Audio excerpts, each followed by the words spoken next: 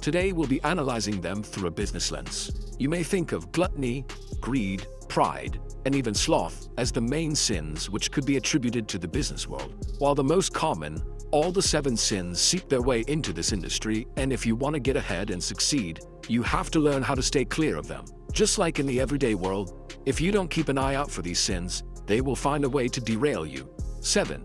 Pride. Certainly, if you've built a strong business that's doing well in its industry, you have every reason to be proud of your accomplishments. When it comes to sins, however, there is a fine line between pride and arrogance. When you reach a point where you are no longer just proud, but see your business success as excess without regard for others, the line between good and bad becomes blurred. In the business world, pride means believing so strongly in one's own abilities that one forgets the journey to success was not a solo one. You forget about the people who helped you along the way. You disregard those who shaped you into the person you are today.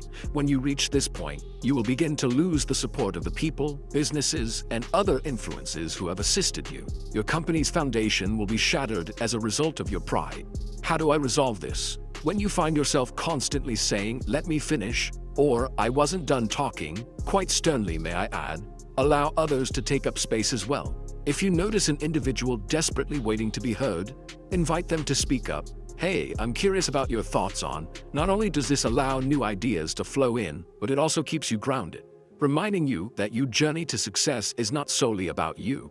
Enjoy what you have rather than brag about it. Recognize that your possession of more expensive items does not make you superior. Receive compliments graciously. Say thank you and mean it.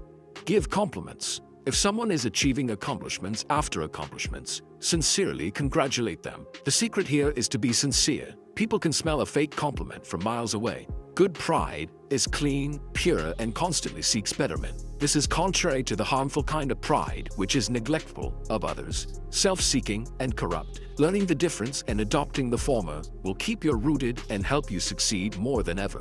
6. Greed. It is human nature to want more of the good life after a small taste of it. Who would want to go back to their old life after experiencing success, money, and maybe even celebrity status? Now here's the thing, if you're making millions and gaining a lot of success, you're clearly doing something right with your business. The problem rises, however, when greed kicks in. Instead of focusing on what more the business can do to expand, the minds involved are more focused on how they can keep themselves at this high level. Business may start to make poor financial decisions in the pursuit of material items associated with success. Being aware of the greed is a great way to stay ahead of it, but sometimes success comes ever so quickly that we lose track of it. Stay level-headed and follow these 3 rules to protect yourself. The first rule is that you should never cut anything that generates a profit. Saving money does not earn you money. You make money by investing wisely. Second, you should never pay your employees less than a fair wage. Your employees must believe that they are being paid at the same level as those around them. Otherwise, you'll have a major turnout problem. Finally, never undervalue the importance of the customer's experience. Your customers have visited your establishment and have had an experience, and they continue to return in the hope that this will be repeated. 5. Lust. Longing for what you can't have, aside from steamy office romances, isn't going to help your business succeed. When it progresses beyond the stage of reasonable goals and into the realm of obsessive and uncontrollable passion, it becomes much easier to make rash decisions that may ultimately harm your business. How to deal with it. A personal vision is the business virtue that opposes lust. What do you hope to get out of your company? You're in business for a reason. The company is supposed to provide you with certain necessities in life. Are you certain about what they are and how you will obtain them?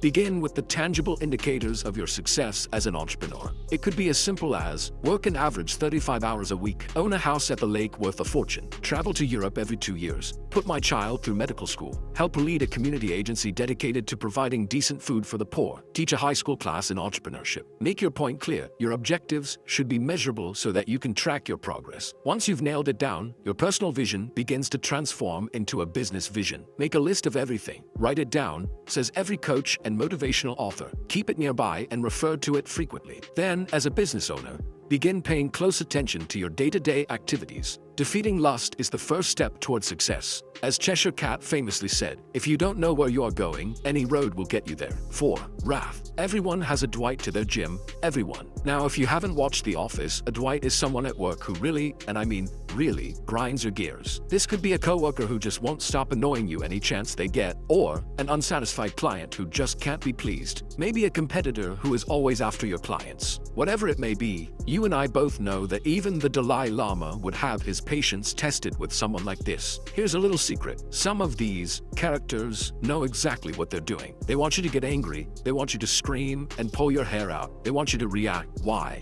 Well, there are too many reasons, but the most common one is that they want some kind of ammunition against you. Don't give them the satisfaction. People who show anger or any kind of negative emotion aren't looked at fondly in the business world. The higher your position is in the company, the worse people will think of you when you show anger. Is this really the kind of guy you want running this company? I can hear Dwight say with a smug smile, learn to be assertive instead of aggressive. That's how you get respect. You're here to play the long game. 3. Gluttony. Gluttony is caused by consuming more than you need. In the traditional sense, it refers to the consumption of food and drink, and alcohol has been known to tarnish the reputation of many successful business people. Outside of that, however, consuming more than is required can be extremely detrimental to a company. Spending equals consumption. Overspending can very quickly lead to financial problems and subsequent failure. This can be because one purchases a larger building than required, selecting a company vehicle that costs a little more than what's in the budget. Gluttony in business is a sure way to ruins. Delegate your responsibilities. Certain tasks can be difficult for some business owners to let go of. Putting too much on your proverbial plate may do more harm than good, especially if it jeopardizes your cash flow. You can't do it all on your own, which is especially true